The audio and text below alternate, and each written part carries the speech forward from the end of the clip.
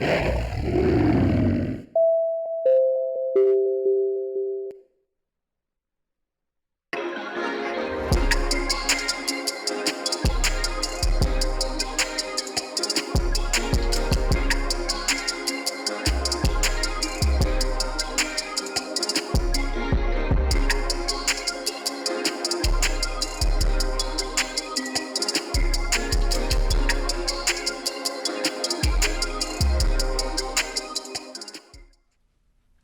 morning, Tigers. I'm Catherine. I'm Donnie. And I'm Ian, and welcome to the Almost Live TNN broadcast for Friday, February 15th.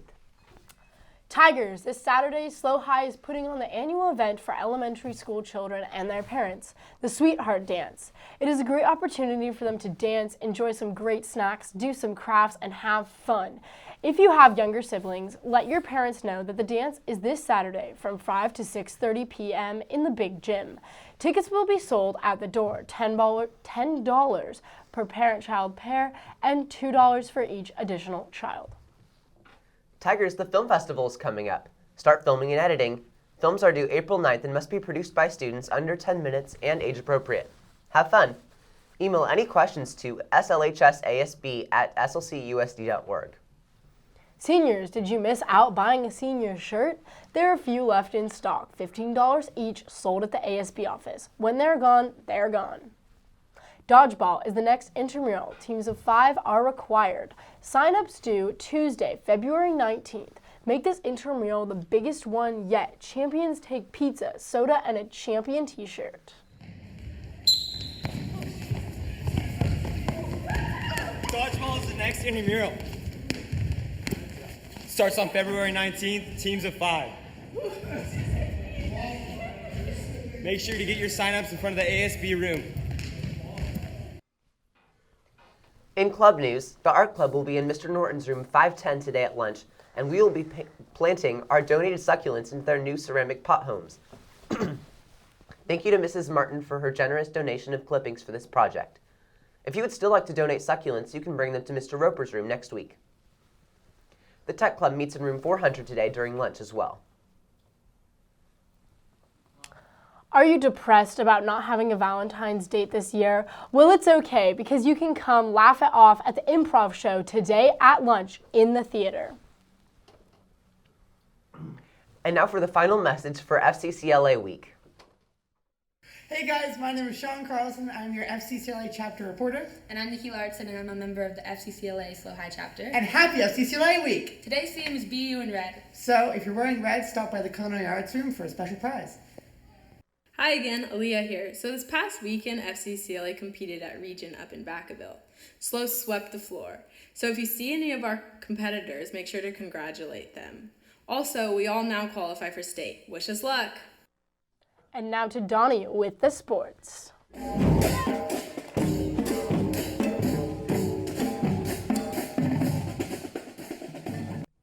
Hello, Tigers. I'm Batman. Donnie. And this show has showed you that it's full of athletes ready to believe in freedom. The girls' basketball team's incredible season came to an end last night as they were defeated by Clovis North in the CIF Central Selection Playoff quarterfinals. The Tigers finished the season 24-6. Their 24 wins in a single season were the most in the history of the program. Congratulations, ladies, on an amazing season, and congrats to Coach Monroe for all of his hard work and dedication. The boys basketball face their next big CIF challenge tonight here at home at 6 p.m. They will take on Fresno High to advance the quarterfinal round, and they need your support win. Come out tonight and bring your student ID for free entry to the game. Girls soccer also enters the quarterfinals tonight against Buchanan High down at Pioneer Valley at 7 p.m. Good luck, ladies. We're rooting for you. That's all for sports. That's all for sports today. Now back to you guys. For lunch today, we have barbecue pork sandwiches, tuna sandwiches, chicken tenders, veggie burgers, and pizza. There's no school on Monday due to President's Day. Enjoy your 3-day weekend, Tigers. And before we sign off, Tigers, February is Black History Month, and we would like to end this week with a brief review of one important event from the civil rights movement, led by Dr. Martin Luther King Jr.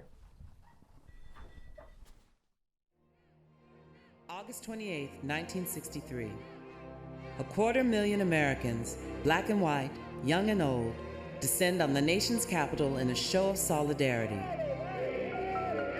It was called the March on Washington for Jobs and Freedom, but it will be remembered as a turning point in the fight for civil rights. Among the speakers, the Reverend Dr. Martin Luther King Jr., who electrified the crowd with his stirring "I Have a Dream" speech. So even though we face the difficulties of today and tomorrow, I still have a dream. A few months earlier, racial tensions in the Deep South had erupted. News reports carried brutal images of fire hoses blasting at the backs of school children. President Kennedy had finally seen enough. In June of 1963, he presented sweeping civil rights legislation to Congress. Dr. King and others hoped a massive yet peaceful demonstration in Washington would spur passage of the bill. The city braced for violence, but their fears proved unfounded. The day of the march, more than 200,000 people gathered for a rally at the Washington Monument. It was the largest demonstration in the country's history. Arm in arm, they walked from the Washington Monument to the steps of the Lincoln Memorial. There, performers as diverse as Joan Baez, Bob Dylan, and Mahalia Jackson lent their voices to the cause. Martin Luther King Jr. was the last to take the stage. He began with a reference to Abraham Lincoln's Emancipation Proclamation, which freed the slaves a century earlier. But 100 years later,